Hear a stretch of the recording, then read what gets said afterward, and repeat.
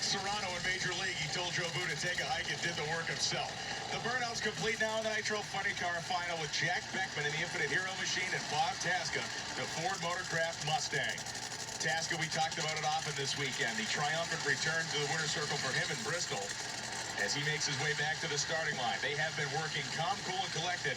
The addition of John Schaefer, the consulting help from Mike Neff, has really altered this program. Yeah, and it really was a work in progress, and we talked about them moving up in the power ranking. That's really where it started. That's where we saw the pattern of consistency. It started with consistency, and it worked its way into performance, and it was all those changes and all those troubles that they went through that have gotten this Motorcraft team where they are now. And that is Jack Beckman. This is a rematch of the 2009 final round for this race, so a decade separated from the last time they met here in Norwalk in a final. Rob Tasca, the E3 spark plug side of the racetrack, inches ahead towards pre-stage, and Jack Beckman on the Toyota side. His entire Infinite Hero crew looking on. A crew that has threatened with wins, has made late round appearances, has made themselves known as a championship contender. Beckman's in, they're gone. Beckman smokes the tires, and Bob Tasca will return into Wiglet Dragway like a conquering hero. All right, move out, little Mustang.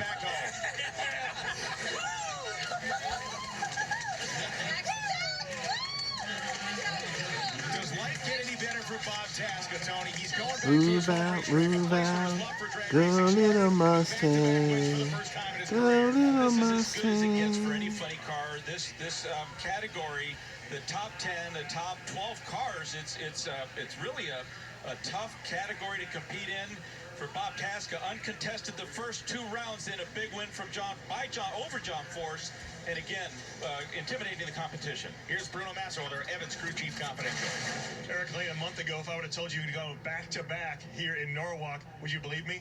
No, but, we made some major changes. We got Zippy helping us. We got John Schaefer. We brought him over, and we've made some major wholesale changes. And the reason why is because of this right here. It's Ford performance, and we needed to step up, and Bob made the right calls, got the right people on spot, and it's just showing. So, this is for Ford, 2 in a row, and we're trying to get going with the new body, and it seems to be working. So, you know what? We're just going to keep rolling with it one step at a time. Thank you so much.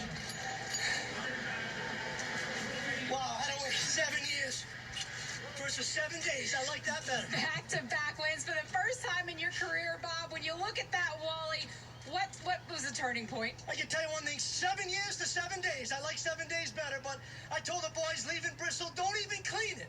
Leave it alone. But let me tell you something.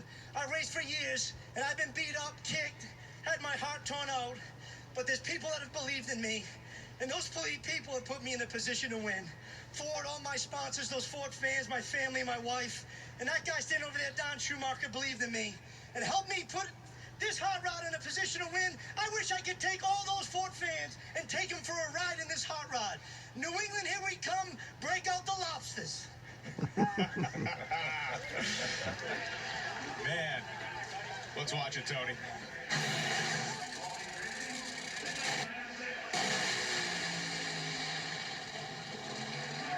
For Bob Tasca, once this car got in trouble, it wasn't an easy thing. You can't see your opponent. Your instincts tells you to get right back on the throttle. When you do that in one of these short wheelbase, high-powered funny cars, you could get yourself in trouble real quick. But Bob Tasca was very calculated, very smooth, very composed, knowing that car is losing traction, and it's tricky when it does it about mid-course because the car has built such a high rate of speed, but very smooth off, on the throttle, back on it, and like an old funny car back from the old days, or a little bit of a rooster tail at the finish line.